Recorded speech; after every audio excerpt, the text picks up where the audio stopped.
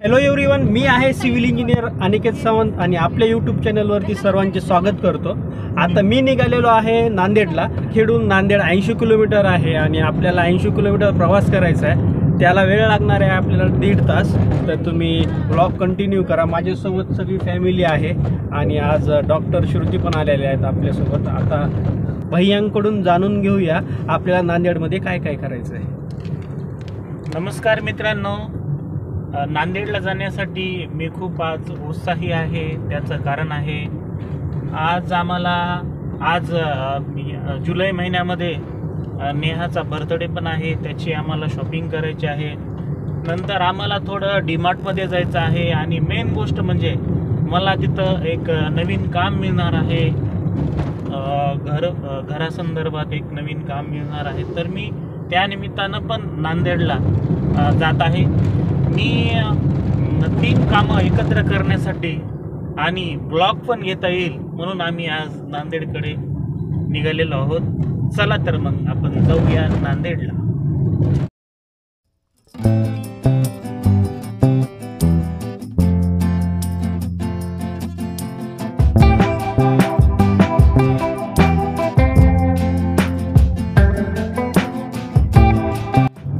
आता आम्ही पालमपर्यंत आलेलो आहोत आणि आपला जो रूट आहे नांदेडला जाण्यासाठी आपण पालमवरून ताडकळस आणि ताडकळसवरून डायरेक्ट नांदेड.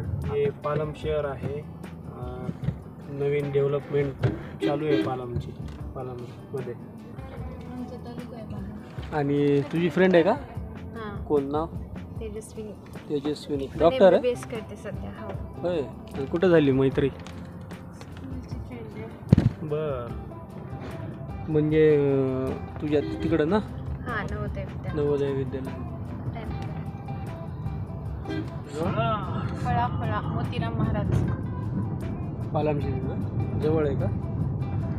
आपण गेलो. आणि पालम आणि ताडकळस रूटवर असाल तुम्ही आणि इथं एक छोटंसं गाव आहे फळा म्हणून.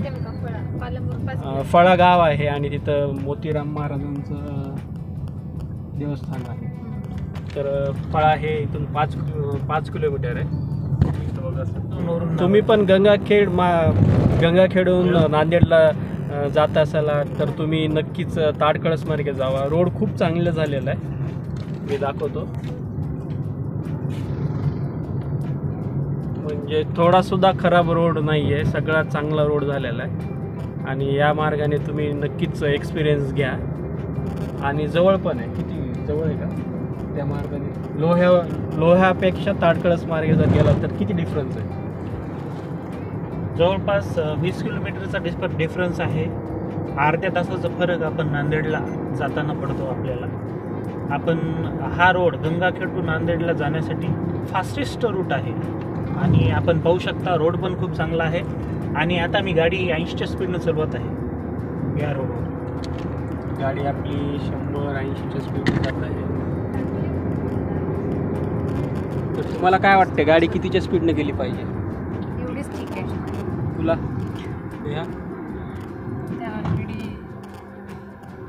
चला कोण गाडी चालवणार आहे? ज्या स्पीडमध्ये कंट्रोल होईल तेवढ्या स्पीडने गेली पाहिजे गाडी.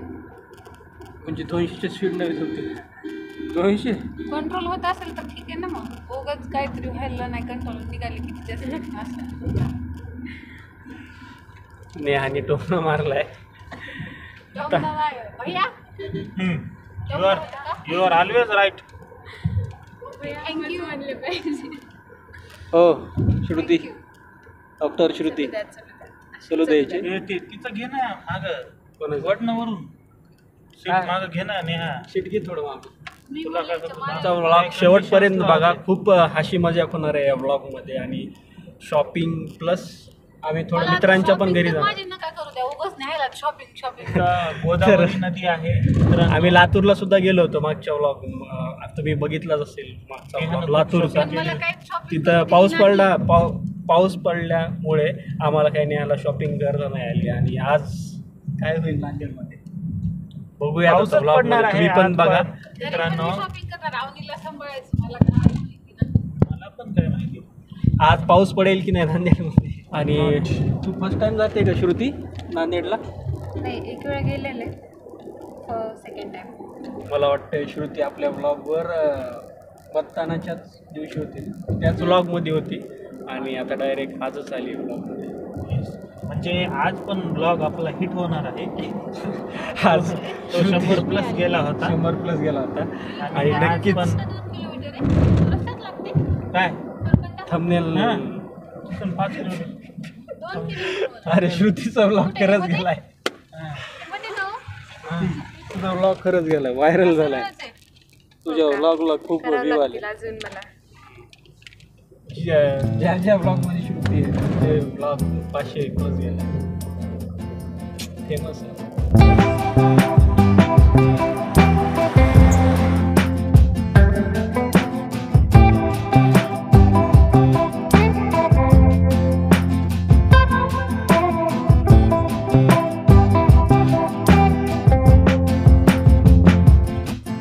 ब्रिजवरती मला खूप भीती वाटते. याची जी हाईट आहे या ब्रिजची ही दुसऱ्या ब्रिजपेक्षा खूप कमी आहे.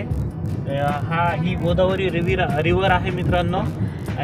मी जेव्हा जात होतो एकदा तर त्या पाण्याची पातळी फक्त 2 इंच पुलाच्या खाली होती, ब्रिजच्या खाली होती, फक्त 2 इंच.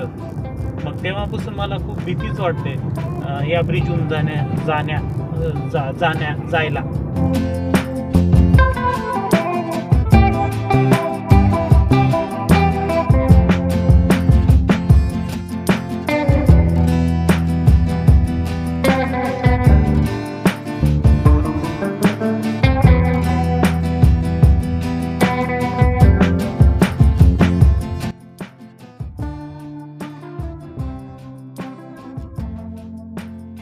हा ड्रेस आवडतोय का?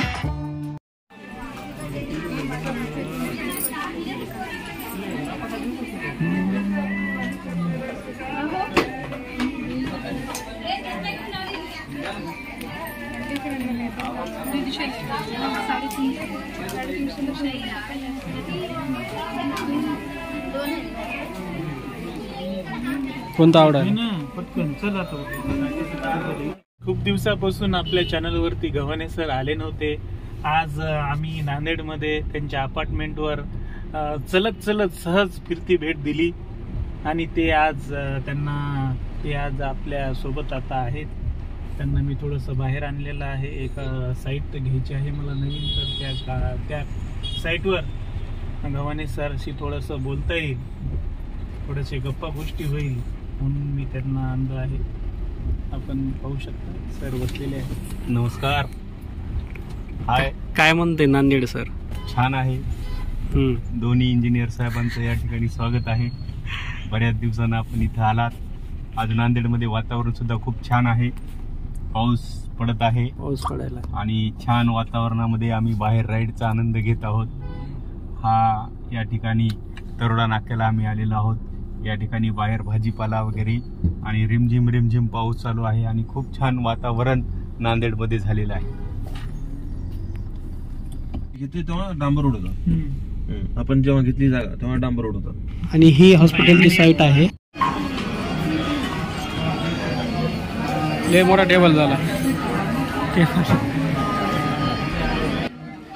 फिरून आणि शॉपिंग झाल्यानंतर आता आम्ही इथे जेवायला आलेलो आहोत हॉटेलमध्ये. हॅलो एव्हरीवन, आज आहे सोमवार आणि आता मी निघालेलो आहे. एक पालखी आलेली आहे ओमकारनाथ देवाची, जी की कोणाथा गावावरून निघते, तालुका वसमत आणि जिल्हा हिंगोली. कोणाथा गावावरून आता ती पालखी गंगाखेडमध्ये आलेली आहे, परळी नाक्यावर आलेली आहे आणि काही पाहुणे मंडळी पण असतात त्या पालखीमध्ये. त्याच्यामुळं त्यांनी कॉल केला होता की इथं आली आहे म्हणून. आता आम्ही दर्शनाला जाणार आहोत.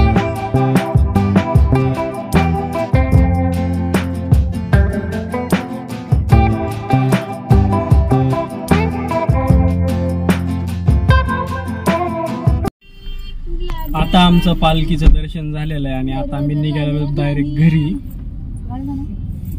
घराकडे निघालेलो आहोत. आता दर्शन पालखीचं खूप छान झालं आणि सगळे ओळखीचे आले होते, आईच्या वगैरे, पप्पांच्या ओळखीचे, आईच्या ओळखीचे. हॅलो एव्हरीवन, आज आहे मंगळवार आणि आता वाजलेले आहेत सायंकाळचे 4:15 आणि आता आम्ही निघालेलो आहोत केळं वाटप करायला, जे की भैया पुढं सांगणारच आहे तुम्हाला, तुम्ही ते नंतर ऐकणारच आहात. आणि काल जसं की आपण पाहिलं, मी गेलो होतो पालखीच्या दर्शनाला, ते तुम्ही आता मागं पाहिलंच असेल. आणि आता आम्ही आज असा विचार करतोय की आपण जे वारकरी पायांनी वारीला जात आहेत त्यांना आपल्याला केळं वाटायचे आज भैया वाटणार आहे. आणि ते तुम्ही आता ऐका भैया काय सांगतात. नमस्कार मित्रांनो, आषाढी एकादशी पुढच्या महिन्यात म्हणजे जुलै महिन्यातच आहे आणि मी आता गंगाखेडून माझ्या गावाकडे निघत आहे. मित्रांनो मी एक किडनी ट्रान्सप्लांट पेशंट आहे आणि आजच्या दिवशी आज एकादशी पण आहे आज. तर मी असा आज संकल्प केला आहे की मलाच नाही तर माझ्यासारख्या किडनी पेशंटचं आयुष्य हे चांगलं पुढं जाऊ दे, त्यांचं आरोग्य व्यवस्थित राहू दे, यासाठी मी पहिल्यांदा पांडुरंगाचरणी प्रार्थना करतो. आणि जे आपल्याच्यानं तर काहीच तिकडं जाणं होत नाही मित्रांनो, तर मला असं वाटलं आज की जे जाणारे रस्त्यावरचे वारकरी आहेत त्यांना आज एकादशीच्या दिवशी एक केळ माझ्यातर्फे त्यांना द्यावं असं मला आज वाटलं.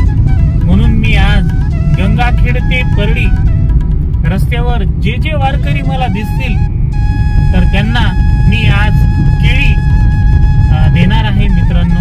आणि मी पांडुरंगाचरणी किंवा पांडुरंगापुढं एकच मागणं मानतो की सर्व किडनी ट्रान्सप्लांट पेशंटचं आरोग्य निरोगी राहू दे, हीच माझी त्या पांडुरंगाचरणी प्रार्थना.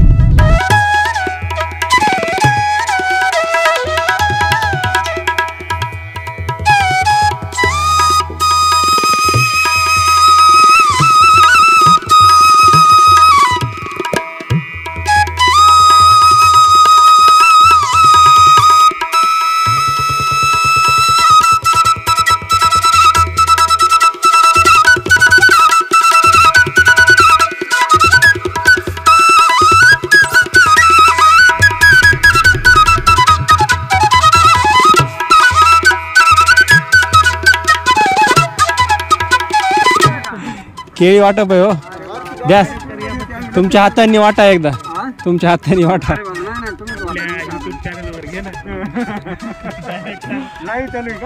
नाही नाही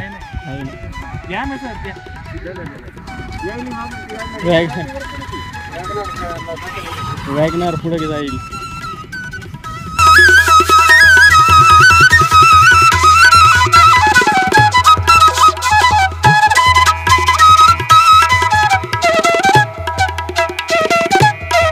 पाऊस पडतोय मित्रांनो, त्याच्यामुळे केळी खूप वाटायची राहिलेली आहे.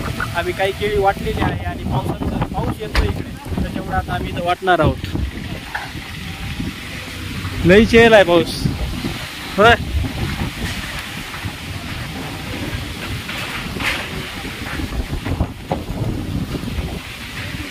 त्या सगळ्याला या दिंडीला तर वाटून झालेली आहे केळी. आता नेक्स्ट दिंडीला वाटायची आहे.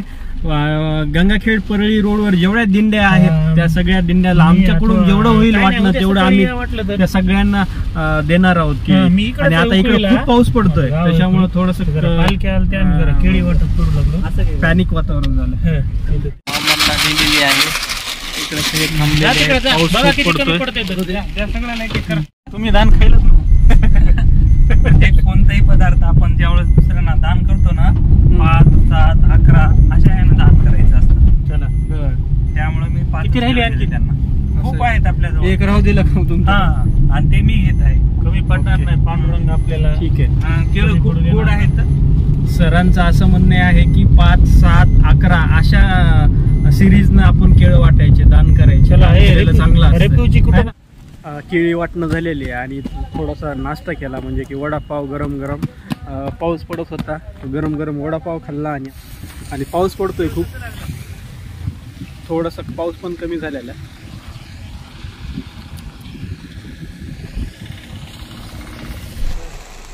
पावसामध्ये अनिकेत सावंत पावसात भिजावं लागतं केळं खावं लागतं. घ्या माऊली घ्या घ्या घ्या घ्या.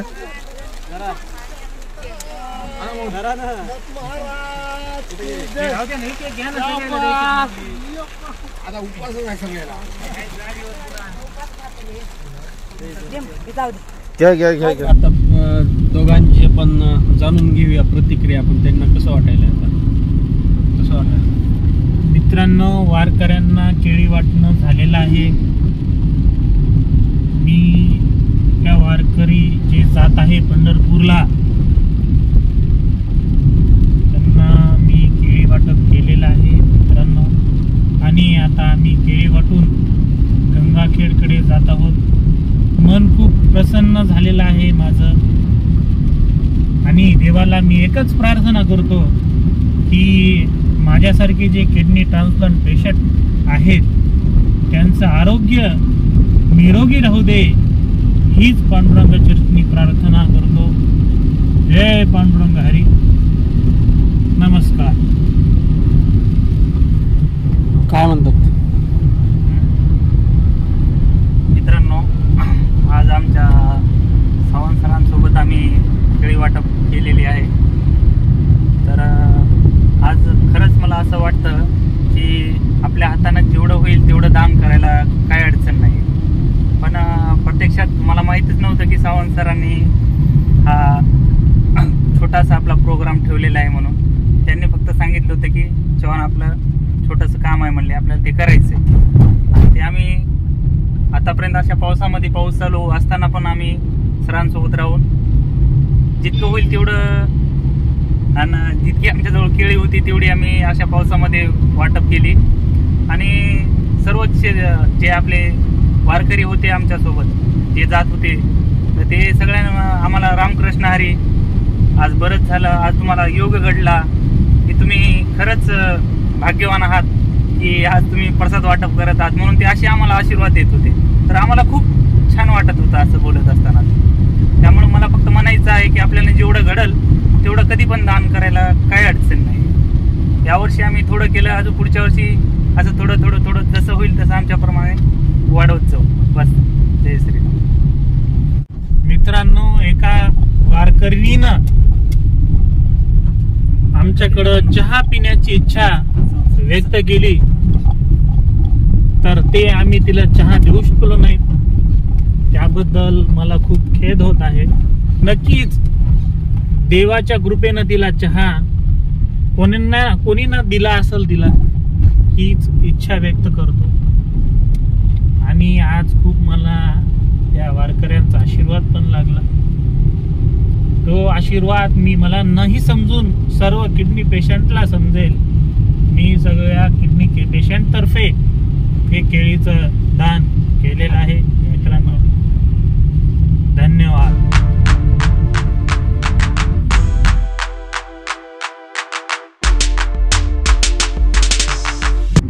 Hello everyone. आज आहे सोमवार आणि आता वाजलेले आहेत सायंकाळचे 4:15. आम्ही तुमचे आभारी आहात, कारण हा पहिली वेळेस आम्ही कार्यक्रम पाहिला तुमचा. असा आम्ही केला नव्हता कार्यक्रम. आणि ते पूर्ण फुलाची पाकळी म्हणून आम्ही कार्यक्रमात सहभागी झालो. त्यामुळे खूप आम्ही तुमचे आभारी आहोत. तुमचं योगदान आम्हाला लागलं. तुमचे आभार. असेच छोटे